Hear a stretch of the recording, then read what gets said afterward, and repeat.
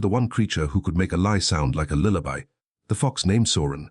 Later, Peter would wish he had turned back the moment he heard it. But by then, the lie had already begun unraveling his world. Peter Rabbit woke with excitement, ready to gather early berries for his mother's special pie. Benjamin Bunny had promised to help, and together they hopped along the dew-coated ground, laughing at how the cold drops tickled their paws. Life felt simple, perfect even. But in the forest, perfection never stays long. As they wandered deeper, they found a trail of ripe, untouched berries. Far too perfect and far too convenient. Benjamin, eager and hungry, hopped forward, but Peter hesitated. "This doesn't feel right," he whispered. Before he could stop him, Benjamin snatched a berry and popped it into his mouth, only for a smooth, honey-coated voice to emerge from behind the bushes. "Delicious, aren't they?" Soren the fox stepped out, his golden eyes glimmering with charm and danger. His tail lay relaxed, not a single bristle out of place, as though he had carefully planned every moment of his appearance. Soren smiled with a warmth that felt practiced. "You two look like you're in a hurry. If you want the best berries in the entire forest, I can show you a hidden patch. No danger, no tricks." Benjamin's ears perked up. Peter's fell flat. He tugged his friend's paw. "Don't listen. He lies. Everyone knows he lies." Soren's smile didn't break. "Of course I lie sometimes," he said matter-of-factly, as though discussing the weather. "But only when I must. Today I offer you truth. Trust me just once." His voice made even the word truth sound like a secret treasure. Benjamin looked torn. Peter looked scared. And somewhere deep inside him, a small voice whispered that turning away now would only lead to more lies later. So Peter, against every instinct, nodded. That small decision, just one nod, would lead them into the darkest part of the woods, a place where lies grew thicker than vines. At first, Soren guided them smoothly, keeping his pace slow, tail swaying like a storyteller's ribbon.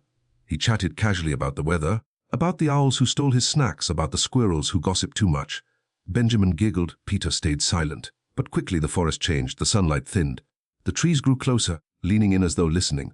By the time Peter realized they were in unfamiliar territory, Soren had stopped speaking altogether. His silence was louder than any threat. When Peter asked if they were close, Soren only answered with a question. "Do you fear what you don't understand?"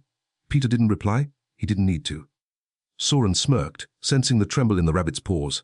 When the fox finally stopped, he pointed toward a dark cluster of bushes. "The finest berries," he said. Benjamin rushed forward. Too fast. A snap echoed through the woods like a bone breaking. A hidden snare whipped upward, catching Benjamin by the leg and pulling him into the air. Peter cried out, rushing to help as Benjamin dangled upside down, frightened and helpless.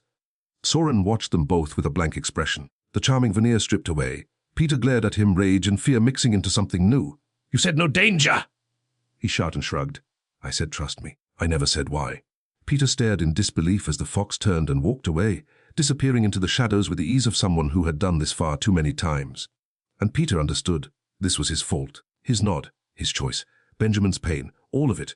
The forest felt suddenly cold, colder than winter, and Peter knew the only way out was to outsmart the very creature who tricked them.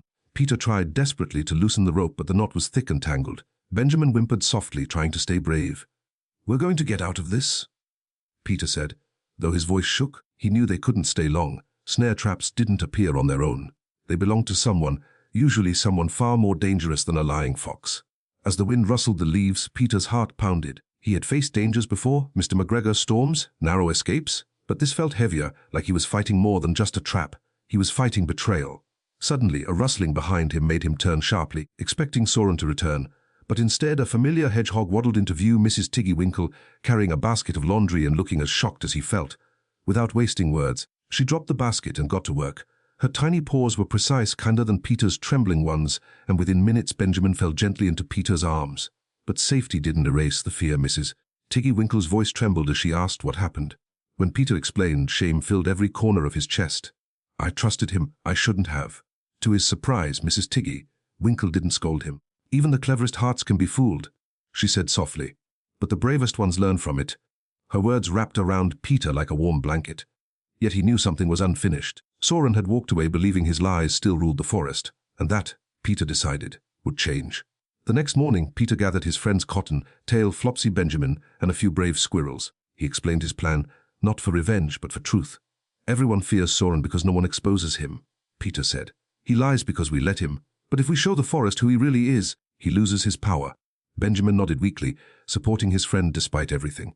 Together they ventured out, following fox tracks until they found Soren lounging beside a fallen log, grooming his tail with casual arrogance, as though yesterday had been nothing more than a game. Peter stepped forward, voice steady. "You lied to us. You hurt my friend. Soren looked up, amused. You followed me. You chose to trust me. Yes, Peter replied. But trust isn't weakness. Lying is. This startled Soren more than any threat could have. Peter continued, raising his voice so the animals hiding nearby could hear. You trick others because you're afraid you're not enough without tricks. But you're wrong. The forest shifted. Whispers grew. Shadows moved. Soren's ears twitched nervously as dozens of eyes peered at him from behind trees and bushes.